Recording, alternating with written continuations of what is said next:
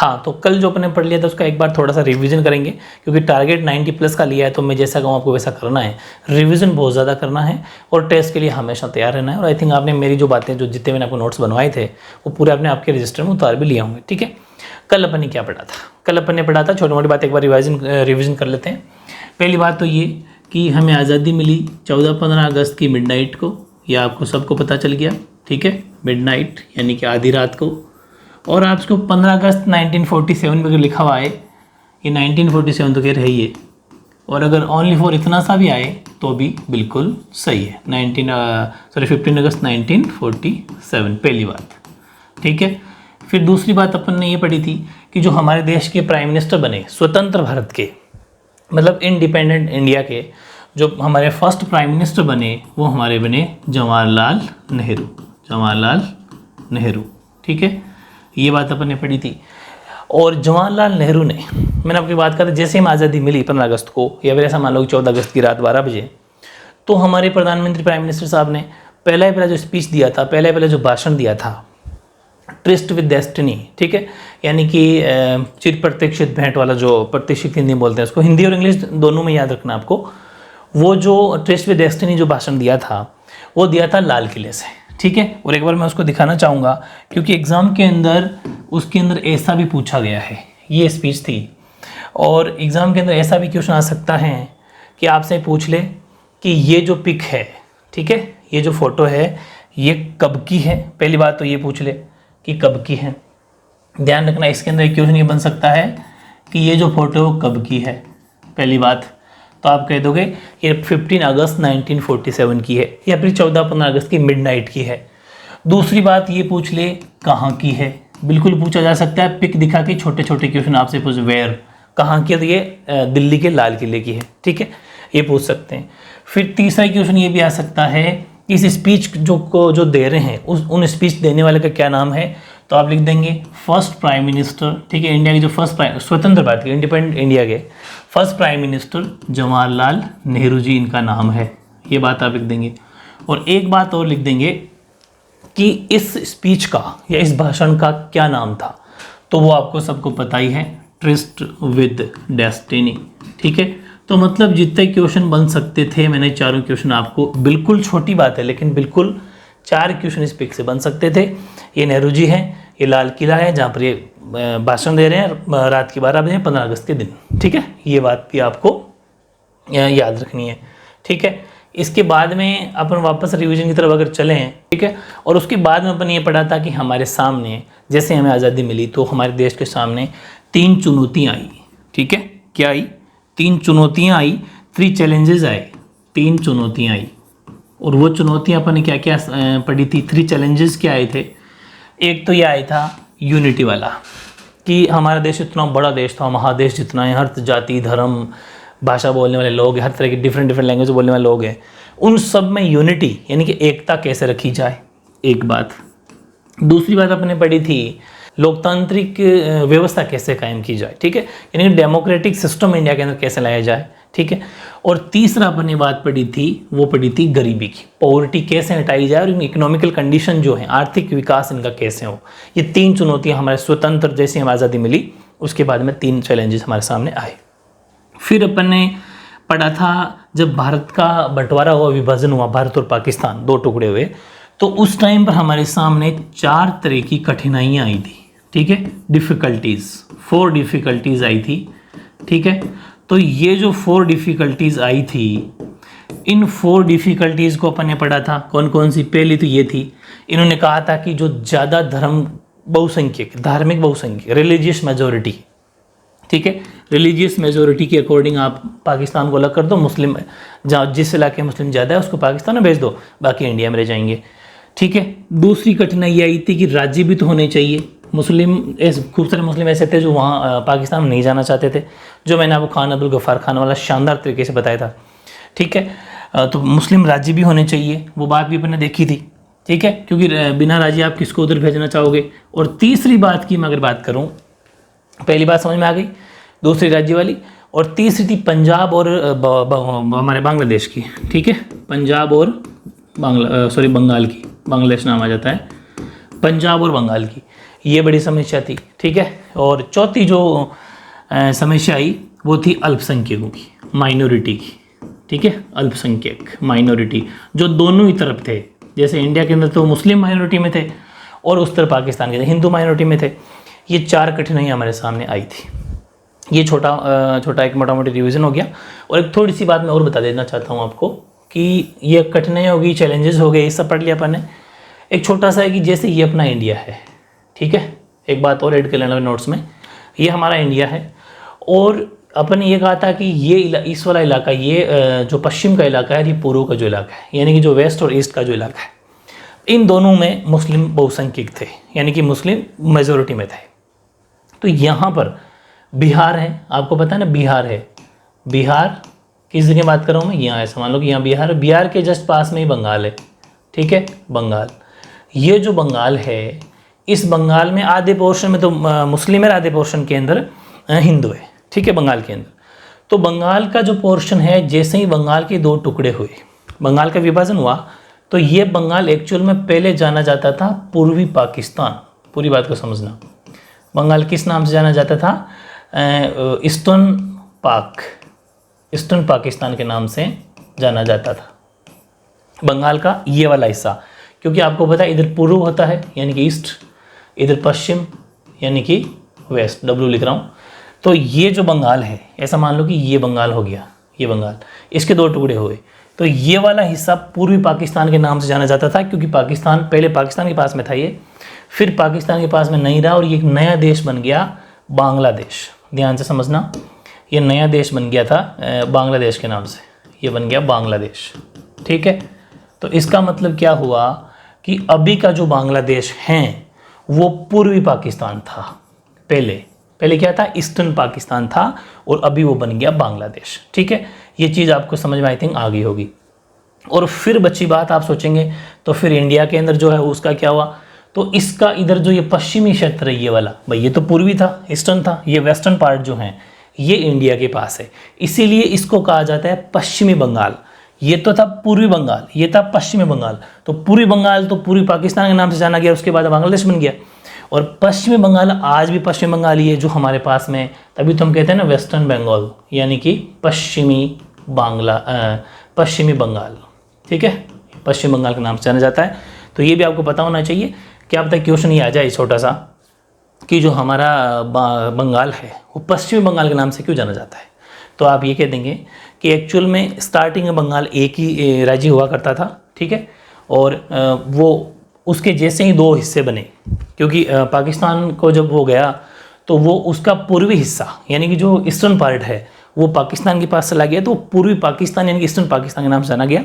और जो पश्चिमी हिस्सा जो वेस्टर्न पार्ट है वो इंडिया के पास में रहा, तो वो वेस्ट बंगाल या फिर पश्चिम बंगाल के नाम जाना गया, जो भारत का पार्ट है, ठीक है। तो ये सिंपल आपको ये भी नॉलेज हो जाना चाहिए, कल अपन ये बात छोड़ दी थी, ठीक है। ये रिवीजन हो गया अपना। और आज जो अपन लेने वाले हैं सबसे इम्पोर्टेंट टॉपिक वो हैं, लेकिन उससे पहले आप चाहो तो स्क्रीनशॉट ले सकते हो, ये क्या रिवीजन हो जाएगा इसका, ठीक है। तो स्क्रीनशॉट लेना चाहिए तो आप ले सकते हैं इसका। और अब अपन बात करेंगे, आज वो करेंगे विभाजन के परिणाम, कि भारत और पाकिस्तान, ध्यान से समझना, भारत और पाक, इनका 2 विभाजन हो गया, 2 देश अलग अलग बन गए। इनका जैसे ही कॉन्सिक्वेंस हुआ, मतलब इनके विभाजन हुआ, इनका डिवाइडेशन हुआ, तो उनके क्या क्या परिणाम आए, क्या क्या कॉन्सिक्वेंसेज आए, क्या क्या परिणाम आए, वो अपन आज पढ़ने वाले। बहुत इंपॉर्टेंट चीज़ है ये, कि जैसे ही भारत पाक का बंटवारा हुआ था, विभाजन हुआ था, तो बहुत सारी प्रॉब्लम आई थी। कैसे कि आज तक के मानव इतिहास के अंदर, ह्यूमन हिस्ट्री के अंदर आज तक इतना बड़ा ट्रांसफ़र पॉपुलेशन का, जनता का इतना बड़ा आबादी का स्थानांतरण आज तक कभी नहीं हुआ। पूरे मानव इतिहास के अंदर, ह्यूमन हिस्ट्री में कम से कम 80 लाख लोग इस देश से उस देश को गए, या फिर उस देश से इस देश को आए। कम से कम 80 लाख, बहुत बड़ी पॉपुलेशन होती है 80 लाख। पहली बात तो ये, ठीक है। दूसरी बात, बहुत बड़ा ये त्रासदी भरा था, बहुत बड़ा मतलब जिसके अंदर करीब 5 से 10 लाख के करीब लोग मारे गए इसके अंदर। तीसरी बात, महिलाओं और बच्चों पर, चिल्ड्रन एंड वुमेन के ऊपर बहुत ज़्यादा अत्याचार हुए। बहुत सारी वुमेन को और बच्चों को अगवा कर लिया गया, उनको धर्म परिवर्तन करा लिया गया, और जबरन धर्म चेंज करके शादियाँ करी गई। और कुछ तो ऐसा भी हुआ कि पेरेंट्स को कहीं अलग चले गए, उनके बच्चों को छीन लिया गया, तो खूब सारे बच्चे ऐसे जो अपने पेरेंट्स से अलग हो गए। और कुछ ऐसे भी थे जो मैंने आपको कल भी थोड़ी सी हिंट दी थी कि अपने कुल की रक्षा करने के लिए, कुल की रक्षा बोल दो चाहे कुल की इज्जत बोल दो, ठीक है, कुल की रक्षा या फिर कुल की इज्जत एक ही बात है। यानी कि इसको इंग्लिश में बोला जाता है फैमिली ऑनर, ठीक है। फैमिली ऑनर के लिए अपने बहू बेटियों को मौत की घाट उतार दिया था खुद ही फैमिली के लोगों ने, अपने ही परिवार के लोगों ने, क्योंकि वो सोचते थे कि अपने बहू बेटियों को ये दूसरे धर्म के लोग ले जाएंगे, जबरन शादियां करेंगे और अपना वंश या अपनी कुल की इज्जत खराब हो जाएगी। ऐसे भी बहुत ज़बरदस्त इस भारत और पाक के जब विभाजन हुआ तो ये बहुत बड़े कारण ये हुए थे। चौथी बात ये भी थी, खूब सारे लोगों को अपने घर छोड़ने पड़े, ज़बरदस्ती उनको घर से बाहर निकाल दिया गया कि अब तो भारत के अंदर तो रहेंगे हिंदू और पाकिस्तान के अंदर रहेंगे मुस्लिम, जो हिंदू निकलो यहाँ से, जो मुसलमान है वो इंडिया से। ये सारी बातें वहाँ पर हुई और बहुत ज़्यादा लोगों को मारा काटा गया और घर से भगा दिया गया। और ट्रेनें रोकी गई, जब ट्रेनों में बैठ के वो आ रहे थे, मैं आपको थोड़ी सी एक पिक दिखा देता हूँ ट्रेन वाली भी, ठीक है। और आप इसको जब देखोगे तब आपको ये पता चल जाएगा कि किस हिसाब से लोग आ रहे हैं, ठीक है। इस पिक से आप अंदाज़ा लगाओ, ये जो पिक है फुल मतलब एकदम भरी हुई है एकदम, ठीक है, फुल भरी हुई पिक है। इसमें बहुत ज़बरदस्त तरीके से लोग ऐसे हैं, देखो सीढ़ियाँ पूरी पटरियों पर भरे हुए हैं, ऊपर भी चढ़े हुए लोग हैं। तो ये इस हिसाब से लोग जो बैठ के आ रहे थे, ठीक है। और इस हिसाब से आज तक की सबसे बड़ी आबादी इस देश को जा रही थी। तो इस पिक से आप अंदाज़ा लगा सकते हो किस हिसाब से ट्रांसफ़र हुआ पब्लिक का। लेकिन हुआ क्या कि जैसे ही लोगों को पता चला, ट्रेनों को रुकवा के ये पूछा गया, ये पता चला गया कि ये कौन अलग धर्म के अगर लोग, जैसे उस तरफ अगर हिंदू उनको दिखे तो उनको तलवार से मौत की घाट उतार दिया गया। बहुत ज़्यादा अल्पसंख्यकों के साथ में बहुत ज़्यादा अत्याचार हुए और जो भी अलग अलग धर्म के लोग थे उनको ट्रेनों से उतार के मार दिया गया। बहुत ज़्यादा मुश्किलें उस टाइम पर पैदा हुई थी, ये भी एक कारण था। और पांचवा कारण ये था कि जैसे ही हर चीज़ का बंटवारा हुआ था, मतलब एक तरीके से दो देश न्यारे हो गए, है ना। तो कहते हैं ना कि कील और सुई का भी बंटवारा, वो वाली चीज़ है। हर चीज़ का, टेबल से लेके टेबल, कुर्सी, पंखे, सब का बंटवारा हुआ। इवन जो पुलिसकर्मी भी थे, रेलवे कर्मी भी थे, जो रेलवे में और या पुलिस में एम्प्लॉय होते हैं, जो सरकार के एम्प्लॉयज़ होते हैं, उन सब का ही बंटवारा हुआ कि जो मुस्लिम अगर रेलवे कर्मचारी, रेलवे के अंदर जो नौकरी करने वाले मुस्लिम है वो पाकिस्तान में जाएंगे, हिंदू इंडिया में रहेंगे। और जो बैंड हैं कि जो लोग आधे बैंड, अगर 5 बैंड है तो 6 बैंड है या फिर 10 बैंड है, जो भी, तो आधे बैंड, आधे उधर आधे इधर, बैंड का भी बंटवारा हुआ, कुर्सियों का बंटवारा हुआ, टेबलों का बंटवारा हुआ, फौजियों का, सब का बंटवारा हुआ एक ही चीज़ का। तो ये सब परिणाम भारत के विभाजन के टाइम हमने देखे, इसकी पर आज चर्चा करने वाले हैं, ठीक है। तो इसका मैंने आपको परफेक्टली नोट्स बनवा दिए हैं, जैसा कि नेक्स्ट पेज में बता रहा हूँ आपको। ये क्वेश्चन है आपका, कॉन्सिक्वेंसेज ऑफ पार्टीशन, यानी कि विभाजन के परिणाम। भारत और पाक का जो विभाजन हुआ तो क्या क्या उनके परिणाम, क्या क्या उनके कॉन्सिक्वेंसेज रहे, वो अपन देखेंगे। थोड़ा सा स्टार्टिंग में किस हिसाब से लिखना है, देखो प्रॉपर आंसर लिखना भी आना चाहिए। तो ये नोट्स परफेक्टली आपको ऐसे ही बनाने हैं। On 14 to 15 August the British India was divided into 2 nation, India and Pakistan. आप सबको ये पता है कि 14-15 अगस्त 1947 को ब्रिटिश इंडिया जो जिस नाम से जाना जाता था वो अब किस नाम से जाने लगा। ये जो ब्रिटिश इंडिया है इसके 2 टुकड़े हो गए, भारत और पाक, ठीक है। ब्रिटिश इंडिया जो था, जो अंग्रेजों के अधिकार में था, गुलाम था, वो भारत और पाक 2 देशों के अंदर उसका विभाजन हो गया, ठीक है।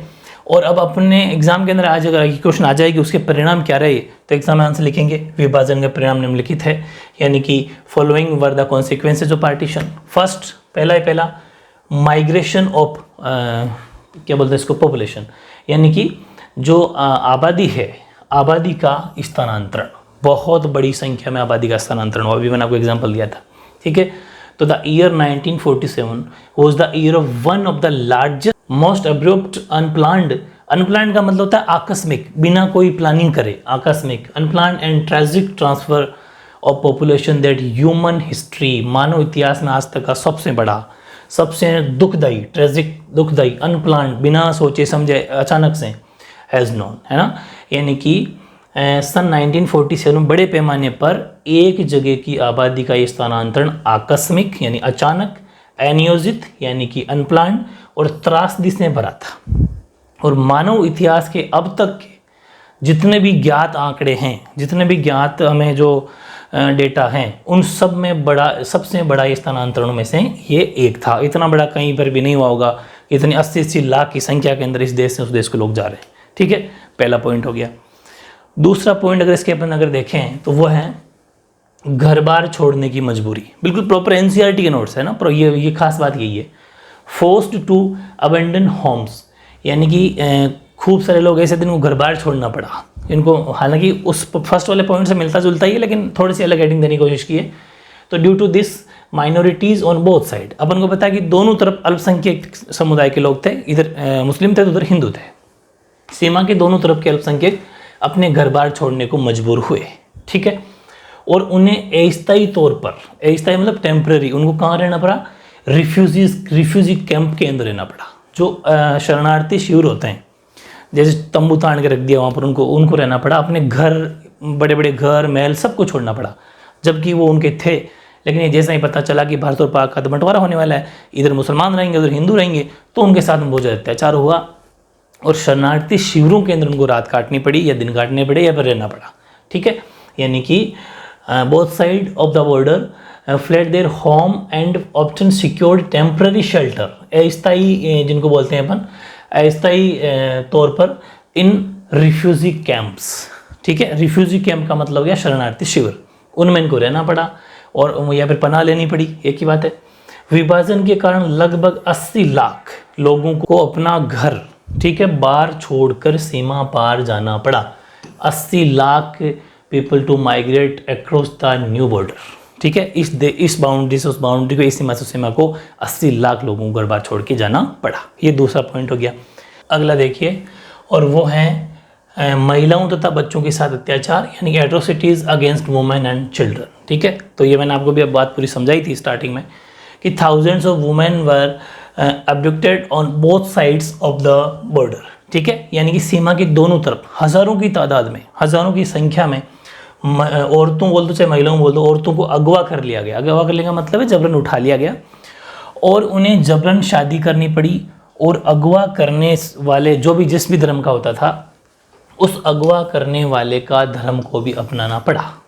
ठीक है, और कई मामलों में तो ये हुआ कि खुद परिवार के जो सदस्य थे, परिवार के जो लोग थे, उन्होंने अपने कुल की इज्जत, ठीक है, फैमिली ऑनर, कुल की इज्जत बचाने के लिए, बचाने के नाम पर घर की बहू बेटियों को मार डाला और बहुत से बच्चे अपने माँ बाप से बिछड़ गए। ठीक है, यानी कि they were made to convert to the religion of the abductor, जो उनको अगवा करता था, वो ABDUCTOR, and were forced into marriage, ज़बरदस्ती उनको शादी करनी पड़ी। और in many cases women were killed by their own family members, जो उनके घर के सदस्य होते थे उनके द्वारा महिलाओं को या अपनी बहू बेटियों को मार दिया गया, to preserve the family honour, अपने कुल की इज्जत के नाम पर। Many children were separated from their parents, खूब सारे बच्चे अपने घर वालों से बिछड़ गए। तो ये भी तीसरा पॉइंट था, ये भी एक परिणाम था, इसका कॉन्सिक्वेंस में आता है ये भी। चौथी बात है, मैंने जो आपको बात बताई थी, 5 से 10 लाख के लोग करीब मारे गए थे। बड़ा ही हिंसक अलगाव हुआ था, वायलेंस इन पार्टीशन। ठीक है, तो it was a violent separation between 5 to 10 lakh people were killed in partition related violence, यानी कि इस विभाजन में दो समुदाय, खासतौर से हिंदू और मुस्लिम पर ज़्यादा हुआ था। तो हिंदू और मुस्लिम दो समुदाय के बीच में बहुत ज़्यादा हिंसक अलगाव हुआ या फिर हिंसक अलगाव के शिकार हुए और करीब 5 से 10 लाख लोग इसके अंदर मारे गए। ठीक है, आप चाहो तो स्क्रीनशॉट इसका ले सकते हो और चाहो तो पिछले का भी ले सकते हो। ठीक है, और ये हो जाएगा आपका 5th। अब 5th की बात करते हैं। 5th है अपना डिवीज़न ऑफ फिजिकल असेट्स, जो मैंने आपको कहा था भौतिक जो जितने भी संपत्ति थी उसका बंटवारा हुआ था, ये भी एक कारण था। तो in this partition the financial assets and things like table हो गई, चेयर हो गई, ठीक है, टाइपराइटर्स हो गए, पेपर क्लिप्स हो गए, बुक्स हो गई, and also musical instrument of the police का जो बैंड के जो म्यूजिकल इंस्ट्रूमेंट होते थे उनका बंटवारा हुआ था। ठीक है, पर ऑल्सो डिवाइडेड, यानी कि भौतिक संपत्ति का मतलब है कि विभाजन में वित्तीय संपदा बोल दो चाहे, उसमें क्या क्या आता था, परिसंपत्तियाँ, सरकारी कामकाज में काम आने वाले फर्नीचर, मशीनरी तथा सरकारी व रेलवे कर्मचारियों का बंटवारा हुआ था। सरकारी कर्मचारियों का बचाए, उसके अंदर पुलिस भी आ सकती है, फौजी भी आ सकते हैं, जो भी सरकारी कर्मचारी थे वो, और रेलवे के अंदर जो भी काम करते थे वो भी, उन सब का बंटवारा हुआ। साथ ही टेबल, कुर्सी, टाइपराइटर और पुलिस के वाद्य यंत्र जो होते हैं, बैंड के बजाने वाले म्यूजिक सिस्टम, उनका भी बंटवारा हुआ था। ठीक है, the employees of the government and the railways were also divided. इस तरीके से 5 मेनली परिणाम या कॉन्सिक्वेंसेस अपन को देखने को मिले जब भारत और पाकिस्तान का विभाजन हुआ। हाँ, अब सबसे इंपॉर्टेंट बात जो आज के वीडियो की होने वाली है वो है रजवाड़ों का विलय, यानी कि इंटीग्रेशन ऑफ प्रिंसली स्टेट्स। पहले पूरी बात को समझना है, मेरी आदत है हर चीज़ को बेसिक बिल्कुल ज़ीरो से समझाना और उसका बेनिफिट आपको लेना है। देखो, ये अपना ब्रिटिश भारत, ठीक है, या फिर ऐसा कह दो ब्रिटिश इंडिया। ठीक है, ब्रिटिश इंडिया का मतलब है जब अंग्रेज हमारे भारत में थे, या फिर अंग्रेजों का शासन जब हमारे ऊपर था, जब हमारा भारत अंग्रेजों का गुलाम था, ब्रिटिश इंडिया। इस ब्रिटिश इंडिया भी एक्चुअली है ना, वो 2 तरह से राज करता था, शासन करते थे अंग्रेज। कुछ हिस्से ऐसे थे जो सीधे सीधे अंग्रेज राज करते थे। ठीक है, अंग्रेजी सरकार थी, अंग्रेजी एंड इंग्लिश गवर्नमेंट, ऐसे खूब सारे हिस्से थे। और सेकंड थे देसी रजवाड़े। ठीक है, देशी रजवाड़े, ये जो देशी रजवाड़े थे यानी कि प्रिंसली स्टेट्स। ठीक है, प्रिंसली स्टेट्स के अंदर क्या खास बात थी, हालांकि ये भी अंग्रेजों के ही अंडर में आते थे, लेकिन एक्चुअल में क्या था कि यहाँ पर राज हुआ करता था राजाओं का। ठीक है, यहाँ पर जो राजा होते थे वो प्रमुख होते थे, राजाओं का राज था। राजाओं को क्या है कि इनको अंग्रेजों को पता चल गया कि राजा सिर्फ ऐशो आराम करना चाहते हैं, तो उन्होंने राजाओं को सिर्फ गद्दी पे बिठा दिया, सीट पे बिठा दिया, जबकि इनको सिर्फ ये कह दिया कि आप आंतरिक इनके जो मामले थे, जो इंटरनल जितने भी काम होते थे, आंतरिक मामले ही राजा खुद देखते थे। इंटरनल जो भी इनका, जैसे कि टैक्स लेना वगैरह, बाकी बाहरी काम जैसे कि सेना है, इन्होंने ये अंग्रेज कहते थे कि आपकी सिक्योरिटी हम करेंगे, राजाओं की सिक्योरिटी ये करते थे, फाइनेंशियल छोटे मोटे काम ये देखते थे। तो इस तरीके से जनता के ऊपर जो अत्याचार करते थे वो अंग्रेज मिलके करते थे, और राजा क्या करता है, ऐशो आराम की ज़िंदगी जीता था, लेकिन था इसके अंडर में ही। तो ये जो देसी रजवाड़े थे ये क्या होंगे, इस तरीके से पहले मैंने वहाँ थोड़ी बेसिक बात बता दूं कि जो देसी रजवाड़े थे, अब जैसे ही भारत का विभाजन हुआ, भाई भारत का आज़ादी मिली, जैसे ही भारत को आज़ादी मिली तो पाकिस्तान अलग हुआ, तो भारत को ये डर सता रहा था कि यार वैसे ही पाकिस्तान अलग हो गया हमसे, जबकि हमने सोचा नहीं था कि पाकिस्तान अलग होगा, क्योंकि पाकिस्तान की जो मुस्लिम लीग थी, सारे मुसलमानों ने मिलके हमारे साथ कंधे से कंधा मिलाया था, तभी हमने अंग्रेजों को भगाया था। लेकिन जैसे उसके बाद मुस्लिम लीग नाम की पार्टी बनी, मोहम्मद अली जिन्ना जैसे नाकामयाब नेता बने जिन्होंने भारत के टुकड़े कर दिए और पाकिस्तान हमसे अलग हो गया, तो वो डर सता रहा था हमारे वहाँ के उस टाइम के सरकार के लोगों को, जैसे सरदार वल्लभ भाई पटेल, जिनका प्रिंसली स्टेट्स को इंटीग्रेशन करने में बहुत बड़ा योगदान है। फिर सुन लो, सरदार वल्लभ भाई पटेल का रजवाड़ों का विलय करने में बहुत बड़ा योगदान है, कॉन्ट्रीब्यूशन है, बात करेंगे पर अभी। अब हुआ क्या कि ये प्रिंसली स्टेट कम थोड़ी संख्या में नहीं थी, 565 थी, 565, 565 का मतलब बहुत बड़ी बात हो जाती है। देसी रजवाड़े थे, इनको भारत के साथ मिलाया, क्योंकि अंग्रेज क्या कह के चले गए, अंग्रेजों ने एक बात कही कि आज यानी कि 15 अगस्त 1947 को भारत आज़ाद हो रहा है। पूरी बात सुनना, इन्होंने कहा कि 15 अगस्त 1947 को भारत आज़ाद हो रहा है, लेकिन भारत के आज़ाद होने के साथ साथ में ये जो देसी रजवाड़े हैं जो हमारे अंडर में आते थे, जो अंग्रेज शासन के अंडर में आते थे, वो भी आज से आज़ाद हैं, इंडिपेंडेंट है, ये बात कही इन्होंने। और लास्ट में ये भी अंग्रेज कह के चले गए कि ये जो देसी रजवाड़े हैं ये चाहे तो भारत में मिले, पूरी बात सुनना, देसी रजवाड़े चाहे तो भारत में मिले, चाहे तो ये पाकिस्तान में मिले, चाहे तो ये खुद इंडिपेंडेंट रहें। इंडिपेंडेंट का मतलब खुद स्वतंत्र रहें, ये बात वो अंग्रेज कह गए इनको। अब देसी रजवाड़ों के दिमाग में ये आ गई कि ठीक बात है, मन होगा तो भारत में मिल जाएंगे, मन होगा तो पाकिस्तान में चल जाएंगे, वरना अपना आज़ाद रह जाएंगे। खूब सारे प्रिंसली स्टेट ऐसे थे जो भारत के अंदर शामिल हो गए। खूब सारे मतलब 4-5 ऐसे थे जो पाकिस्तान में जाना चाहते थे, और एक बेसिकली एक ही मान लो जो स्वतंत्र रहना चाहती थी, और वो मैं आपको एक एक चीज़ बता देता हूँ। आज़ाद या स्वतंत्र रहना चाहती थी हैदराबाद की रियासत, हैदराबाद। हैदराबाद की जो रियासत है, प्रदेशी रजवाड़े प्रिंस स्टेट्स हैं, ये स्वतंत्र रहने की इस हैदराबाद के निज़ाम ने, अभी पूरी हिस्ट्री बताऊंगा, स्वतंत्र कहा कि हम आज़ाद रहेंगे, हम ना तो भारत में जाएंगे ना पाकिस्तान के साथ जाएंगे। खूब सारे भारत में ले गए। पाकिस्तान के अंदर जाने की बात करेगा एक तो अपने जूनागढ़, ठीक है, जूनागढ़ जो रियासत थी, इसकी पूरी हिस्ट्री बताऊंगा अभी। जूनागढ़ हो गया, एक है कश्मीर, ठीक है, एक है मणिपुर। ये कुछ 2-3 ऐसी वो क्या नाम रियासतें थी जो पाकिस्तान में जाना चाहती थी। इसने कहा कि स्वतंत्र रहूँगा, लेकिन हमारे जो सरदार वल्लभ भाई पटेल है या फिर और भी हमारे उस टाइम कांग्रेस के नेता थे, उनको ये डर था कि हैदराबाद रियासत आज तो कह रही है मैं आज़ाद रहूँगी, स्वतंत्र रहूँगी, कल को पाकिस्तान में चली गई तो क्या करेंगे।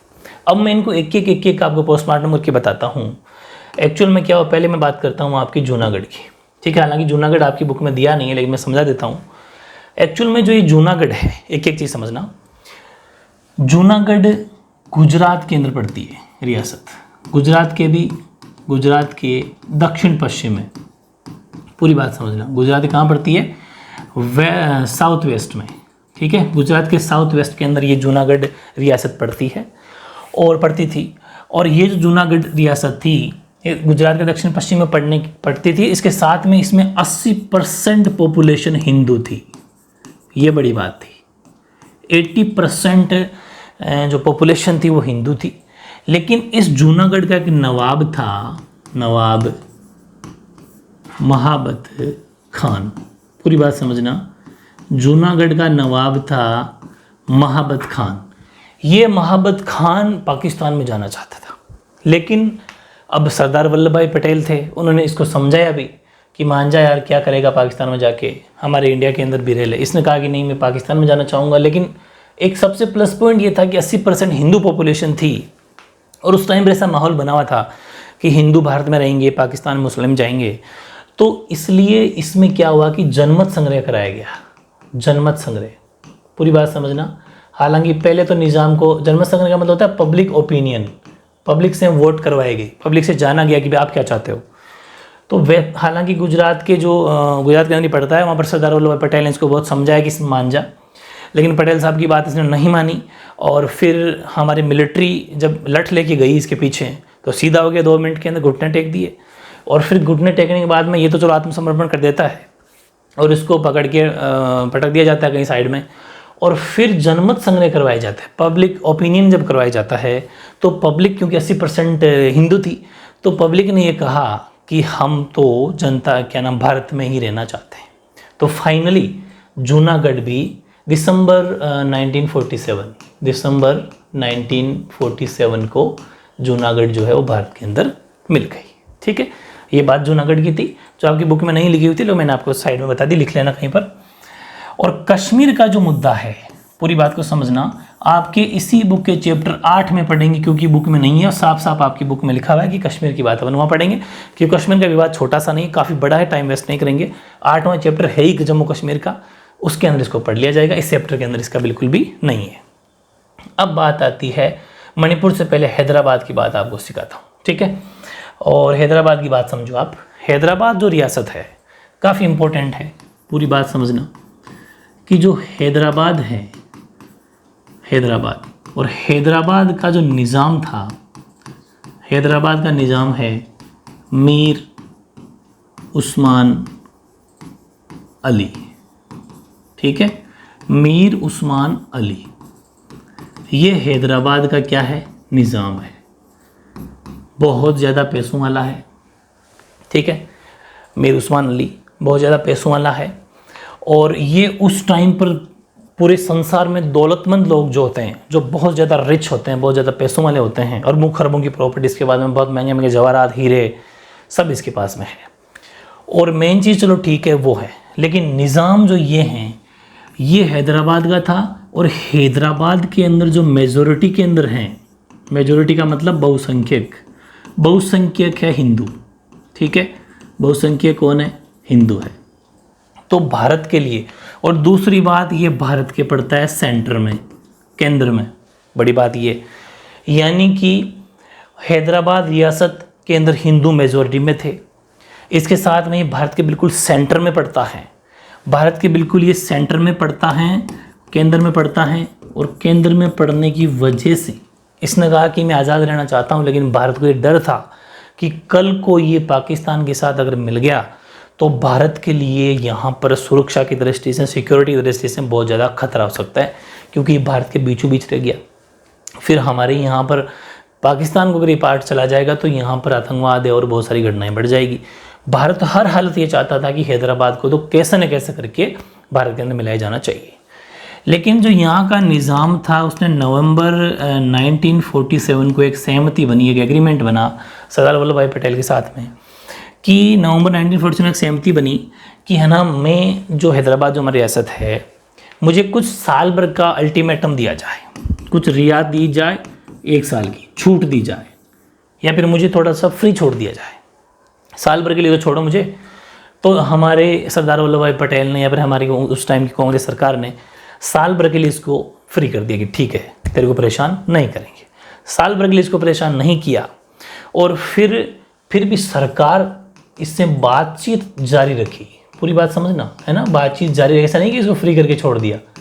बातचीत, कॉन्वर्सेशन हमने जारी रखा हमारी सरकार ने इससे, कि कैसे न कैसे मान जाए, दोस्ती बरकरार रखी कि कैसे न कैसे मान जाए, हमारे पास में आ जाए। लेकिन ये बंदा मानता नहीं है। और फिर इसके दिन वापस कहते हैं कि एक दिन जब ज़्यादा ही जो क्रूर शासक होता है, जो ज़्यादा गलत काम करता है, एक न एक दिन उसकी उल्टी गिनती शुरू हो जाती है। और इसकी उल्टी गिनती शुरू हुई कि वहीं की जो जनता थी, वहीं के जो लोग थे, वो ही इसके खिलाफ हो गए।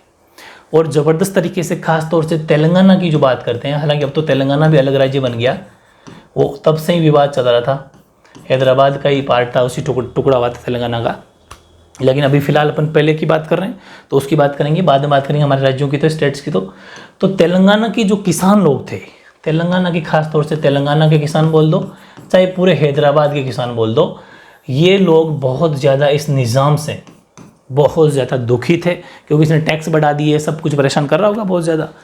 तो इन्होंने इसी के खिलाफ आवाज़ उठाई और कहा कि ऐसे वैसे हम हिंदुस्तान में रहेंगे, पाकिस्तान में नहीं जाएंगे, फिर हम आज़ाद नहीं रहना चाहते, हम ये रहना चाहते हैं, वगैरह वगैरह। इसको बहुत परेशान किया। इसको इस चीज़ का पता चल गया कि जनता हमारे या फिर मेरे खिलाफ हो रही है।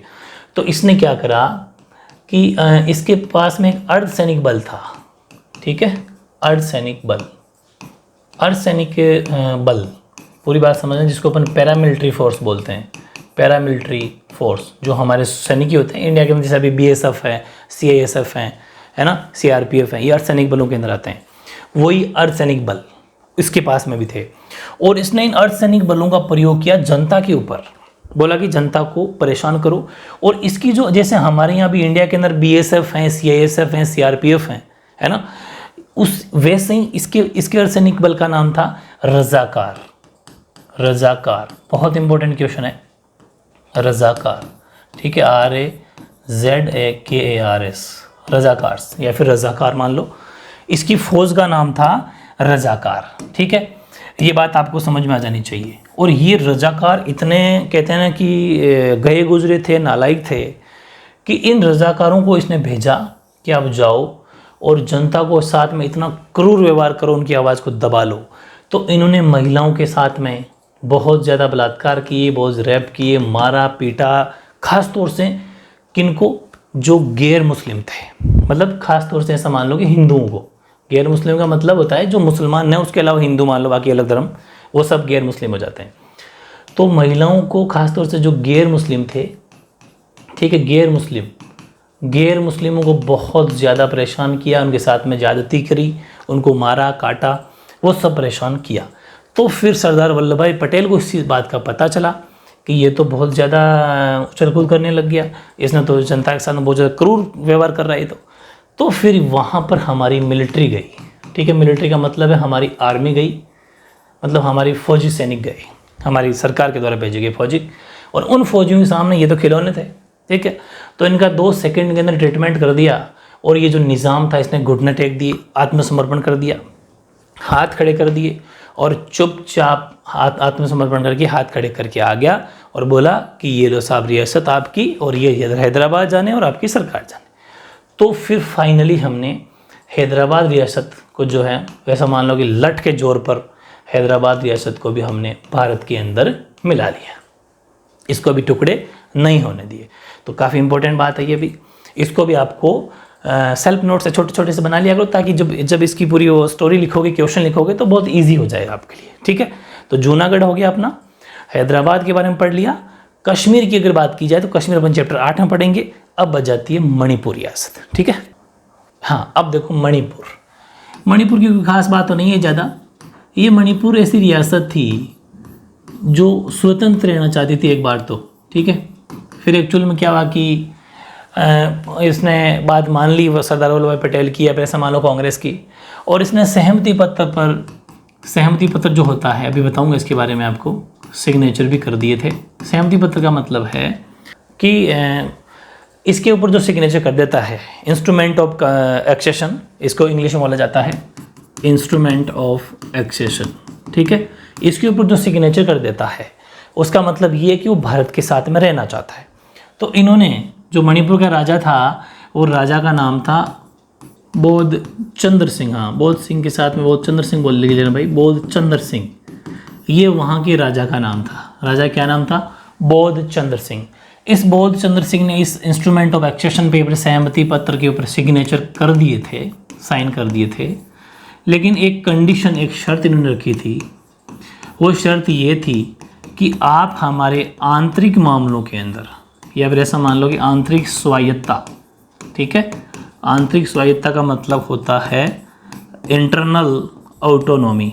ठीक है, इंटरनल ऑटोनॉमी, आंतरिक स्वायत्ता का मतलब ये है कि जैसे हमारी यहाँ की जनता जो भी टैक्स देती है उसके साथ में आप इंटरनल मामलों में बिल्कुल इंटरफेयर नहीं करोगे, जो मैं कहूँगा यहाँ पर वही होगा, ये सब बातें रही। तो हमारे सरदार वल्लभ भाई पटेल थे, या फिर जो उस टाइम की सरकार थी, उसने कहा कि हाँ हाँ ठीक है, ठीक, कोई बात नहीं, 1 मिनट के लिए बस, क्योंकि इसको राजी रखना था कि ऐसा न कैसे करके ये बस एक बार भारत के साथ तो रहे। तो सिग्नेचर कर दिया और ठीक है, काफ़ी दिन तक मामला चलता रहा। लेकिन वही बात है कि जब तक भारत में कम्प्लीटली विलय नहीं हो जाता, भारत इंडिया के साथ में जब तक कम्प्लीटली मिल नहीं जाता, तब तक मज़ेदारी वाली बात नहीं है। तो फिर इसको कैसे बाद में मनाया गया, हालांकि माना नहीं, तो फिर वही वापस आर्मी मिलिट्री लगाई गई और आर्मी के बल प्रयोग से इसको चुपचाप भारत के अंदर मिला लिया गया। तो फाइनली मणिपुर भी भारत के अंदर मिल गया। हालांकि पाकिस्तान में साथ में नहीं जाना चाहता था, ये स्वतंत्र रहने की बात करता था, लेकिन उसके बाद में इसने कहा कि ठीक है, मैं आपके साथ में रह जाऊंगा, लेकिन मेरे इस आंतरिक स्वायत्ता के आप इंटरफेयर नहीं करोगे। तो थोड़ी देर के लिए हमारी सरकार ने कहा कि ठीक है, इसको रोका, लेकिन फाइनली फिर इसकी बात को नज़रअंदाज करते हुए भारत के अंदर मिले। क्योंकि तो जब तक भारत देश एक नहीं हो जाता, जब तक यहाँ पर डेमोक्रेसी या फिर लोकतंत्र नहीं हो सकता, इसलिए हमने फाइनली इसको भी हमारे अंडर में कर लिया, या फिर भारत संघ में, इंडियन यूनियन के अंदर, इंडिया के यूनियन के अंदर मिला लिया। ठीक है, तो फाइनली ये रियासतें कुछ बातें थी। अब कुछ 1-2 क्वेश्चन ले लेते हैं, उसके बाद में अपन आगे बढ़ेंगे। एक क्वेश्चन ये है सबसे बढ़िया, जो मैंने अभी आपको बताया कि रजवाड़ों के संदर्भ में सहमति जो पत्र होता है, ठीक है, सहमति पत्र का मतलब जो अभी मैंने आपको बात बताई थी लास्ट में, ये जो सहमति पत्र है, यानी कि इंस्ट्रूमेंट ऑफ एक्सेशन है, ये क्या है, इसका क्या मतलब होता है? एक्चुअली मैं छोटी सी बात आपको बता दूं, अगर ये 1 मार्क्स में आता है तो इसका मतलब आपको सीधा लिखना, अगर 1 मार्क्स में आता है तो, कि सहमति पत्र का मतलब ये होता है कि जिस बंदे ने, या फिर जिस शासक ने, या फिर जिस रूलर ने, या फिर जिस राजा ने इस सहमति पत्र पर अगर सिग्नेचर या हस्ताक्षर कर दिए, तो वो उसके बाद में वो आज से भारत के अंदर या भारत संघ के अंदर मिल गया। ये मेन होता है। ठीक है, बस अगर 1 मार्क्स में आता है तो ध्यान रखना थोड़ा, लेकिन ये 2 मार्क्स में आ जाता है तो फिर थोड़ा सा लेवल का लिखना पड़ता है, इसलिए मैंने अच्छे से लिखा है। हेडिंग आप लगा सकते हो रजवाड़ों का सहमति पत्र, यानी कि इंग्लिश में लिख सकते हो इंस्ट्रूमेंट ऑफ एक्सेशन, लिखा नहीं क्या, लिख लेना। आज़ादी के तुरंत पहले, जो मैंने आपको पहली बात बता दी थी, अंग्रेजी शासन ने घोषणा की कि भारत पर ब्रिटिश प्रभुत्व है, जो अंग्रेजों का राज था, ब्रिटिश प्रभुत्व है, वो आज से समाप्त होने के साथ ही जो रजवाड़े जो 565 हैं, उन पर भी ब्रिटिश राज आज से आज़ाद हो जाएंगे। वो भी आज़ाद है, हम उनके ऊपर भी कोई आरोप नहीं लगाते, बस उनको भी खुली छूट है। जस्ट बिफोर इंडिपेंडेंस, आज़ादी के जस्ट पहले, it was announced by the British that with the end of their rule over India, paramountcy of British crown और प्रिंसली स्टेट जो कि 565 थे, वुड ऑल्सो लैप्स, वो भी आज से आज़ाद हैं, फ्री हैं। अब उन्होंने एक बात और कह गई, जो मैंने आपको भी सुना दी, कि रजवाड़े अपनी मर्जी से चाहे तो भारत में रहें, चाहे तो पाकिस्तान में रहें, शामिल हो जाएं, या फिर अपना स्वतंत्र अस्तित्व खुद इंडिपेंडेंट रह सकते हैं, हमें कोई टेंशन नहीं है, उनको छूट है। ठीक है। The British government took the view that all these states were free to join either India or Pakistan और रिमेन इंडिपेंडेंट, आज़ाद भी रह सकते हैं, इफ़ दे सो विश्ड, जैसी उनकी मर्जी, जैसी उनकी इच्छा। ठीक है, ये बात कही। लेकिन हालांकि अधिकतर रजवाड़ों के शासकों ने भारतीय संघ में अपने विलय के सहमति पत्र पर हस्ताक्षर किए। ठीक है, और इसी सहमति पत्र को इंस्ट्रूमेंट ऑफ एक्सेशन कहा जाता है। हिंदी मीडियम वाले बच्चों को हमेशा इंग्लिश और हिंदी दोनों याद करनी है। ठीक है, इस पर हस्ताक्षर का अर्थ था कि रजवाड़े भारतीय संघ का अंग बनने के लिए एग्री हैं, सहमत है। इसका मतलब ये होता है 1 मार्क्स में, लेकिन 2 मार्क्स में आपको पूरा लेवल का लिखना पड़ेगा। अगर 1 मार्क्स में आता है तो इतना सा लिखना है कि इस पर हस्ताक्षर का अर्थ था कि रजवाड़े भारतीय संघ का अंग बनने के लिए सहमत है। इसे इंस्ट्रूमेंट ऑफ एक्सेशन भी कहा जाता है। हिंदी वालों को तो ये लिखना है।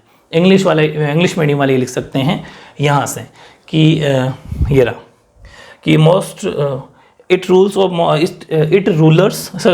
of most of the states signed document called instrument of accession, which meant that their state agreed to become a part of their union of India। यहाँ से यहाँ तक अगर 1 मार्क्स में आता है तो ठीक है। बेहद आसान था, लेकिन मैं चाहता था कि ऐसा कोई भी क्वेश्चन आ जाए तो इसके बारे में मानना चाहिए। बहुत इंपॉर्टेंट है क्वेश्चन ये भी, क्योंकि छोटे छोटे क्वेश्चन डीपली अपन पढ़ेंगे, लाइन टू लाइन अपन क्वेश्चन बनाएंगे। ये बात समझ में आ गई आपके। नेक्स्ट क्वेश्चन है कि देसी रजवाड़े के अंदर आपने क्या खास बातें देखी, जो आपकी कोर्स के अंदर 3 मेन बातें दे रखी है। 3 ही मेन है वैसे एक्चुअल में, बहुत इंपॉर्टेंट है ये क्वेश्चन भी। ऐसे वो डिफरेंट क्वेश्चन होते हैं जो हर किसी बच्चे को नहीं आते। वो फेमस क्वेश्चन तो देख लेते हैं, कहीं ना कहीं से गाइड वाइड से मिल जाते हैं, लेकिन जो डीप क्वेश्चन होते हैं, खास बात, ऐसे वाले क्वेश्चन बोर्ड का अगर लेवल का पेपर हो तो ऐसे क्वेश्चन हर किसी को नहीं आएंगे। ठीक है, तो देशी रजवाड़ों की मुख्य 3 बातें कौन सी थी? आपको देशी रजवाड़ों के बारे में जब आपने पढ़ा तो आपको क्या खास बात लगी? 3 फीचर्स ऑफ प्रिंसली स्टेट्स। तो 3 बातें मेन थी। एक, अधिकतर रजवाड़ों के लोग भारतीय संघ में शामिल होना चाहते थे, बिल्कुल सही है। Most of the princely states wanted to join the Indian union, भारतीय संघ में मिलना चाहते थे, बिल्कुल अपन ने पढ़ा। सेकंड, भारत सरकार का लुक थोड़ा सॉफ्ट था। भारत सरकार भी ऐसा चाहती थी, ऐसा नहीं कि ज़बरदस्ती मिला लिया जाए, बड़े प्यार से समझा के। लचीला था, लचीला का मतलब होता है सॉफ्ट, ना तो किसी के ऊपर फोर्स करना, बस प्यार से समझाना। जैसे कि हमने जम्मू कश्मीर का मुद्दा मैं आपको पढ़ाऊंगा चैप्टर 8 में, बहुत शानदार तरीके से, बहुत ज़्यादा एक्स्ट्रा बातें बताने वालों चैप्टर में।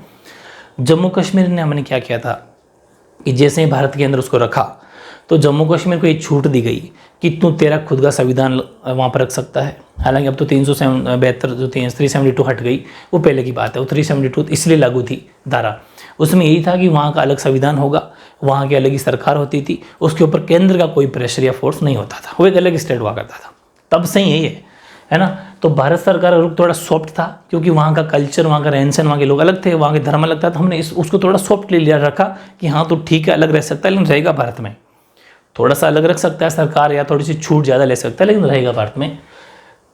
रुख लचीला था और कुछ इलाकों को स्वायत्ता मतलब ऑटोनॉमी, थोड़ी छूट ऐसा मान लो, देने के लिए तैयार थी, जैसे कि जम्मू कश्मीर। ठीक है, यानी कि the government of India was flexible, जैसे हमारा कॉन्स्टिट्यूशन भी तो फ्लैक्सीबल है, सॉफ्ट हार्ड दोनों है in these regard, and was ready to give autonomy to some areas as happened in Jammu and Kashmir, जो एग्जाम्पल के तौर पे जम्मू कश्मीर हो सकता है।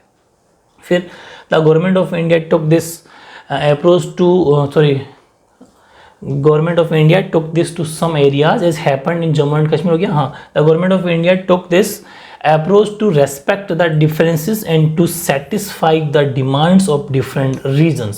ऐसे बहुत सारे कारण थे, कुछ इलाके थे जहाँ पर जो हमारी सरकार है उनको अप्रोच देती थी, छूट देती थी। तीसरा, विभाजन की पृष्ठभूमि में विभिन्न इलाकों के जो सीमा, अब जैसे जैसे बाउंड्री खींची कि इतना राजस्थान होगा, इतना उत्तर प्रदेश होगा, इतना मणिपुर होगा, इतना हैदराबाद होगा, उस टाइम पर बड़ी मुश्किलें पैदा हुई।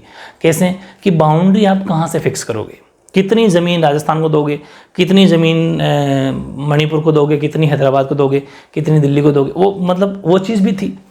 तो बाउंड्री खींचने के टाइम पर भारतीय लोगों ने ये ध्यान रखा कि जितनी ज़्यादा जो सेम भाषा बोलते हैं या फिर सेम पहनावा, जिनकी संस्कृति कल्चर काफ़ी हद तक मिलती जुलती हैं, उतने को एक राज्य बना दिया जाए। ये भी ध्यान रखा अपन ने। विभाजन की पृष्ठभूमि में विभिन्न इलाकों के सीमांकन के सवाल पर खींचतान जोर पकड़ रही थी। खींचतान मतलब खींचातान थी कि अब करें तो क्या करें। ऐसे में कोई कुछ ही कह रहा था, कोई कुछ कह रहा था, खींचतान चल रही थी। ऐसे में देश की जो क्षेत्रीय अखंडता है, एकता है, उसके सवाल पर उसका सवाल सबसे बड़ा था कि हमें हमारी संस्कृति, हमारी एकता, हमारी यूनिटी को जरूर ध्यान रखना, हमारे कल्चर को ध्यान में रखते हुए काम करना है। तो in the backdrop of partition there was a टूल्स over the question of demarcation of different areas. In such a situation, the question of territorial integrity, unity, ठीक है, of the country had become important. हमारे लिए unity बहुत ज़्यादा ज़रूरी थी, हमारे संस्कृति कल्चर को बचाना बहुत ज़्यादा ज़रूरी था। इस तरीके से हमने आज का वीडियो, देखो वीडियो ज़्यादा बड़े ना हो, इंटरेस्टिंग हो, क्योंकि मैं बहुत ज़्यादा स्टोरी सुनाता हूँ। इस स्टोरी को आप चाहो तो कहीं पर लिख भी सकते हो या फिर इस वीडियो को बार बार देख सकते हो जब भी आपको मौका मिले। बस इस चैप्टर का एक वीडियो और आएगा, क्योंकि सीधे नोट्स में नहीं बनवाता, बिल्कुल प्रॉपर तरीके से पहले उसकी स्टोरी समझेंगे, उसके बिल्कुल तह तक जाएंगे, बेस बिल्कुल जड़ खोद देंगे उसकी, और उसके बाद में उसके क्वेश्चन आंसर नोट्स बनाएंगे। ये नोट्स अभी परफेक्टली बन रहे हैं, लाइन टू लाइन बन रहे हैं, छोटे बड़े क्वेश्चन सारे इसके अंदर मर्ज है। फिर जैसे ही मैं आपका MCQ जो टेस्ट लूँगा उसमें वन लाइनर भी मर्ज होंगे, फिल इन द ब्लैंक्स भी मर्ज होंगे, ठीक है, मैच द फॉलोइंग सब उसमें आ जाते हैं, कोई टेंशन वाली बात नहीं है, ज़बरदस्त होने वाला है। बस मैं जैसा कहूँ वैसा आप करते जाना है। नया रजिस्टर आपको बनाना है, उसके अंदर सारी बातें नोट करनी है, जो भी एक्स्ट्रा लगाता हूँ उसको भी आपको ऐड करना है, ठीक है। तो आई थिंक आपको सारी बातें समझ में आई होगी, ठीक। और भी कोई आपका क्वेश्चन हो, क्वेरी हो तो आप कमेंट कर देना, मैं आपकी सारी बातें उस पर वहाँ पर सोल्व कर दूँगा, ठीक है। ओके।